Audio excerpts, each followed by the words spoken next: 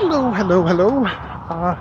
Going to do the Covid Ketchup Tag, and I thought, in honor of Alan over at Big Hard Books and Classics, who is going around Portland, his home place at the Mo, I would just do my intro outside as I was coming home from picking up the Chinese food from our local little restaurant, which it's never had inside seating. It's always been takeout.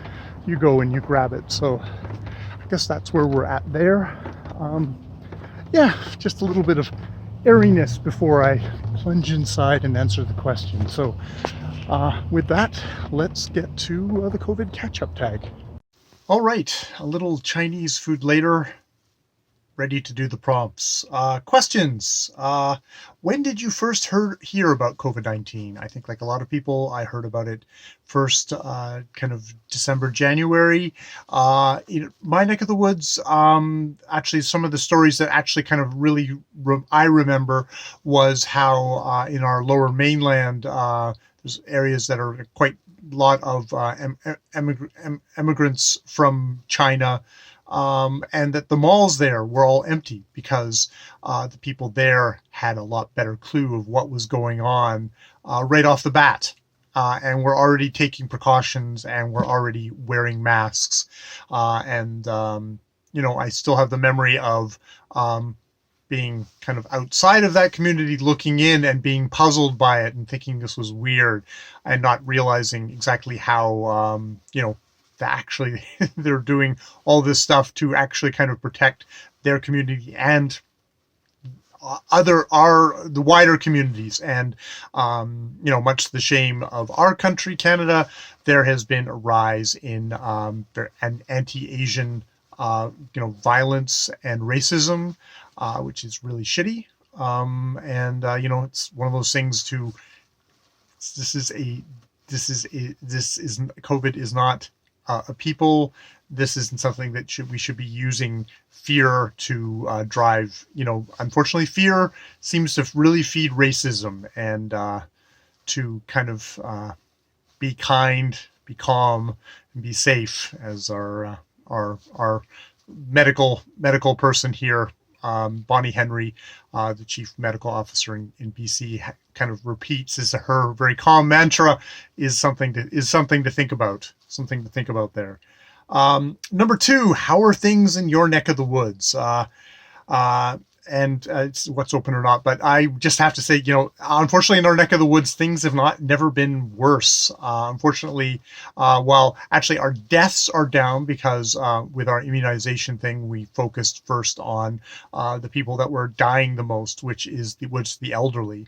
So the death rate is down, but unfortunately our incidents of COVID have really spiked, powered by the variants. And this was, unfortunately, I tried doing this tag about 2 weeks ago when I was talking about variants, and unfortunately now I was proven very, very much right by those that, things are not good.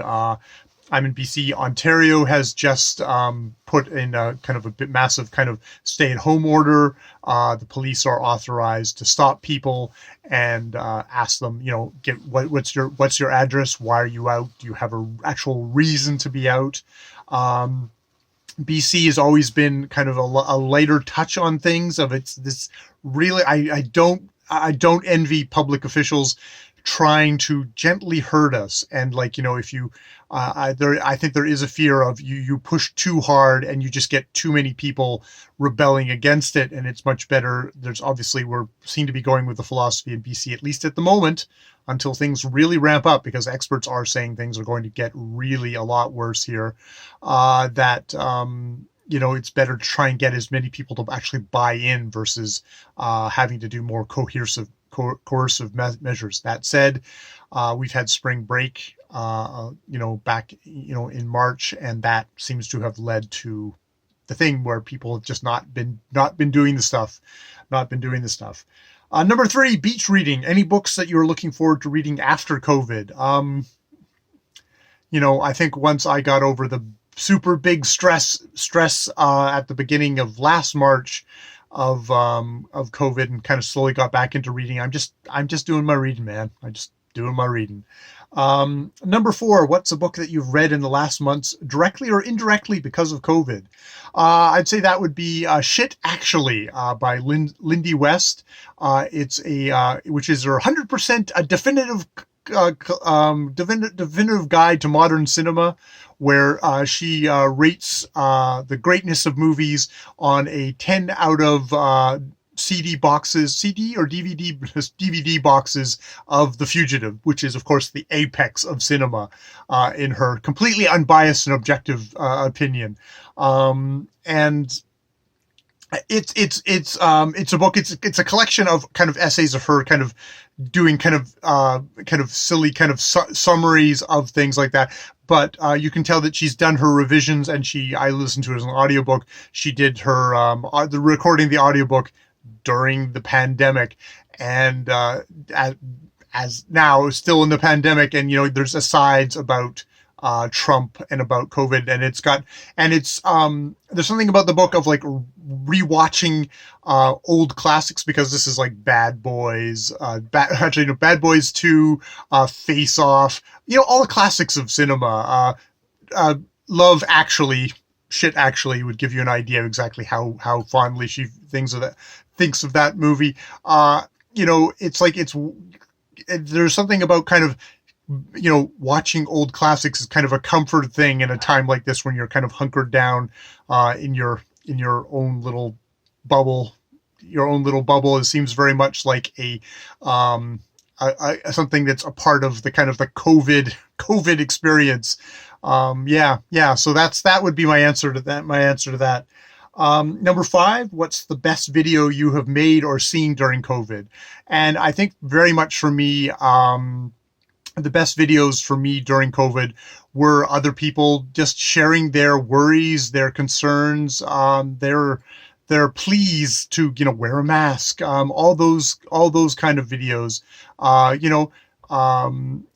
took a kind of a great comfort in, like, everybody's freaked out, everybody is worried, and some people were able to kind of find the calmness, kind of find the inner kind of strength in there, and other people were probably like me, just like, I'm freaking out right now. But in some ways, sharing that with other people is cathartic, and hopefully, I know that there's other people that, like, I think of Sean and his videos, Sean the Book Maniac in Japan, as an example, as like, him freaked out was actually strangely comforting to me, because it's like, okay, I'm not the only one. There was a companionship there, which oddly kind of calmed me down a bit. So those were definitely the best.